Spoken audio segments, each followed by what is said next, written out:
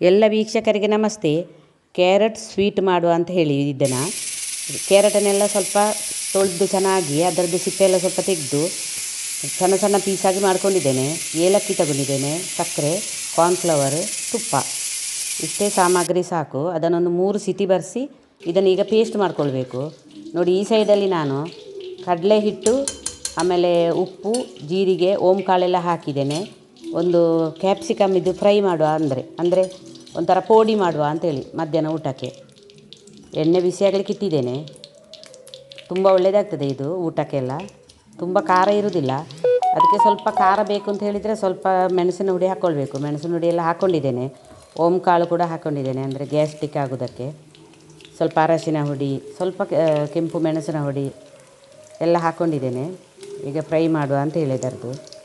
ಈ ಸೈಡಲ್ಲಿ ಸ್ವೀಟ್ ಮಾಡ್ತಾ ಇದ್ದೇನೆ, ಕ್ಯಾರೆಟ್ ಇದ್ದು.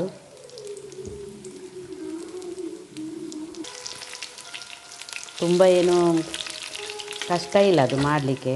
ಕ್ಯಾರೆಟ್ ಸ್ವೀಟ್ ಮಾಡಲಿಕ್ಕೆ ತುಂಬ ಸುಲಭ ಕೂಡ. ತುಂಬ ಸಾಮಾನು ಕೂಡ ಏನು ಬೇಕು ಅಂತ ಇಲ್ಲ. ಹಾಗಾಗಿ ಇದು ಸ್ವಲ್ಪ ಎಣ್ಣೆ ಜಾಸ್ತಿ ಇರಬಾರ್ದು.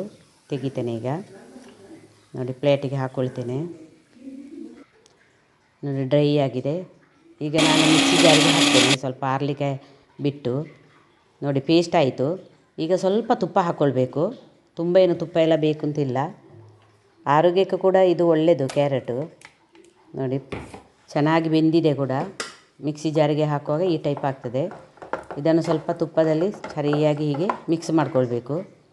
ನಂತರ ನಾವು ಕಾರ್ನ್ಫ್ಲವರ್ ಮತ್ತು ಸಕ್ಕರೆ, ನೋಡಿ ಈಗ ಕಾರ್ನ್ಫ್ಲವರ್ ನೀರು ಮಾಡಿ ಹಾಕ್ತಾಯಿದ್ದೇನೆ.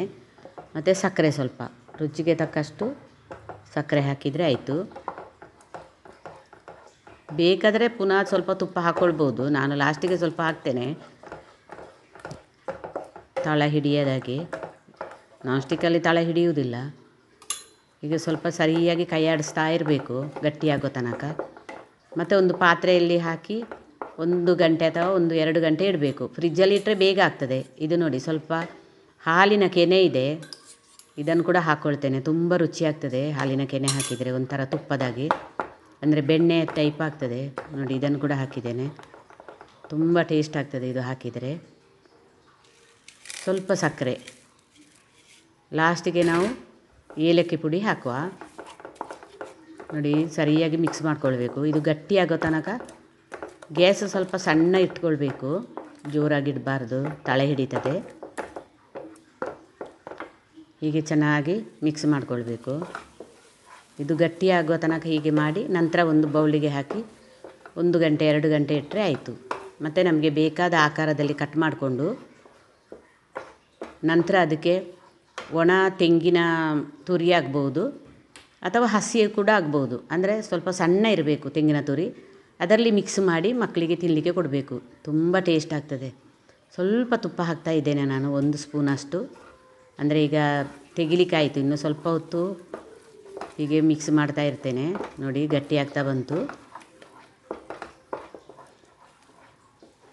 ಮಕ್ಕಳು ಹಾಗೆ ಕ್ಯಾರೆಟ್ ಕೊಟ್ಟರೆ ತಿನ್ನದಿದ್ದರೆ ಈ ಥರ ಎಲ್ಲ ಮಾಡಿ ಕೊಡ್ಬೋದು. ಕ್ಯಾರೆಟ್ ಹಲ್ವಾ ಅಥವಾ ಕ್ಯಾರೆಟ್ ಬರ್ಫಿ ಅಥವಾ ಕ್ಯಾರೆಟ್ ಸ್ವೀಟ್ ಹೀಗೆಲ್ಲ ಮಾಡಿ ಕೊಟ್ಟರೆ ಮಕ್ಕಳು ತಿಂತಾರೆ. ನೋಡಿ, ಈ ಜಾರಲ್ಲಿ ಹಾಕ್ಕೊಳ್ತೇನೆ ಈಗ ನಾನು. ಸ್ವಲ್ಪ ಗಟ್ಟಿಯಾಗಿ ಹೀಗೆ ಮಾಡಿಕೊಳ್ಬೇಕು. 1 ಗಂಟೆ ಅಥವಾ 2 ಗಂಟೆ ಇಟ್ಟರೆ ಸಾಕು. ಫ್ರಿಜ್ಜಲ್ಲಿ ಇಟ್ಟರೆ 1 ಗಂಟೆ ಸಾಕು. ನಂತರ ನಮಗೆ ತೆಗೆದು ಯಾವ ಬೇಕಾದ ಆಕಾರದಲ್ಲಿ ಕಟ್ ಮಾಡಿ ತೆಂಗಿನ ತುರಿಯಲ್ಲಿ ಮಿಕ್ಸ್ ಮಾಡಿ ಕೊಡಬೇಕು ಮಕ್ಕಳಿಗೆ. ನೋಡಿ, ತೋರಿಸ್ತೇನೆ ಈಗ ನಾನು. ಒಂದು ಅರ್ಧ ಗಂಟೆ ಆದ ಮೇಲೆ ತೆಗಿತೇನೆ. ಸ್ವಲ್ಪ ಏಲಕ್ಕಿ ಪುಡಿ ಹಾಕ್ತಾ ಇದ್ದೇನೆ. ಈ ಸೈಡಲ್ಲಿ ನೋಡಿ, ಕ್ಯಾಪ್ಸಿಕಮ್ ಕಾಯಿಸಿ ಎಲ್ಲ ಆಯಿತು.